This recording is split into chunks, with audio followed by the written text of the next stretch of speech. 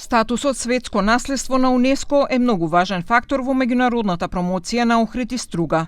Двата града се познати ширум светот токму по комбинацијата од езерото, природата, историјата и стариот град Охрид, а статусот на УНЕСКО го зголемува престижот и кредибилитетот на дестинацијата, вели универзитетскиот професор Сашо Коруновски.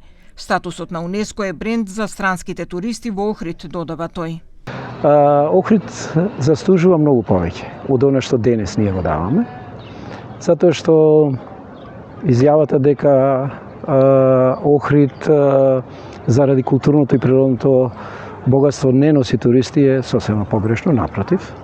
Охрид е, да речам, топ дестинација точно заради тоа, заради природното и културното наследство. Кај странските туристи, претежно, но не ги исклучувам тука и домашните туристи. Градоначалникот на општина Охрид Кирил Пецаков вели дека има подобрувања во исполнувањето на барањата на УНЕСКО во однос на зачувувањето на статусот. Има помрднување и тие работи во кои што има помрднување се нотирани во самиот извештај.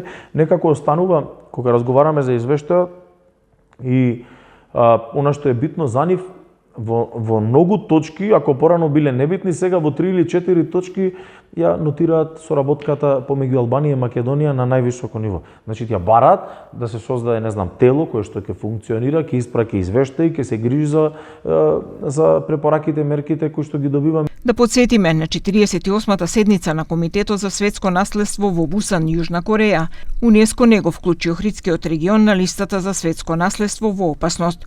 Според извештаите за одлуката од јули 2026 година, на Македонија е даден рок до 2030 година за спроведување на бараните мерки.